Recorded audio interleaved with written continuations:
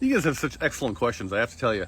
So, I feel you on the 373,000, and you don't want to necessarily do this, do this additional investment in the solenoids because, man, you've already got so many miles on your tranny. I'll just wait for it to go.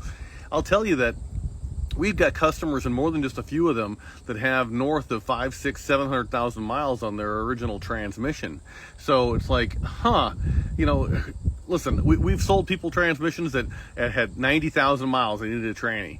We've sold people with, I think the record might be 900,000 miles before they needed a tranny. So it depends on how the thing was used, right? That's everything. How was this thing used?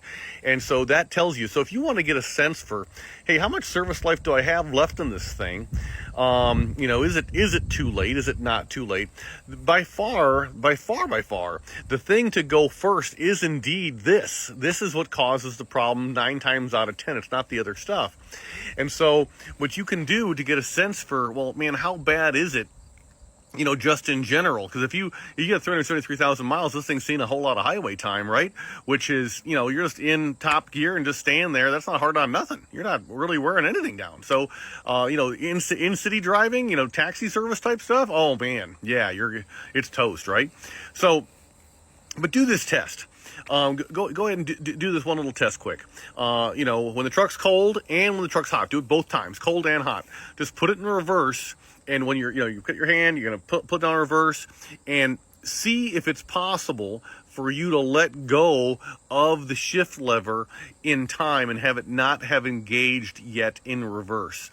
So if you can get your hand off of the shift lever and it hasn't yet engaged, that tells you that it's the beginning of the end of your transmission. However, if you are not in that world, and by the way, if you are in that world and you don't have 333,000 miles on, or if money's tight, I tell you, so I guess what I'm telling you is that if it does not engage quickly, you're a poster child for this kit.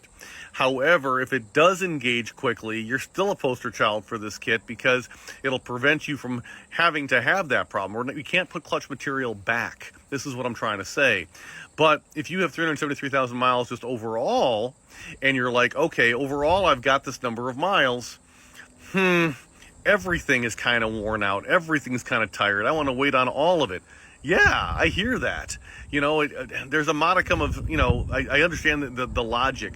And I would say that logic's not going to work for everyone, but I can see how it definitely could work for many.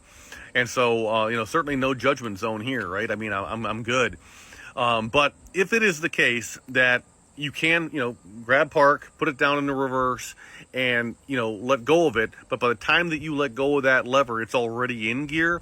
I would say, nah, spend the money on this kit, and it'll definitely push the ball downfield for you needing a transmission. So I hope this helps somebody. If you have other questions, by all means, please post them, and we'll answer them. All right.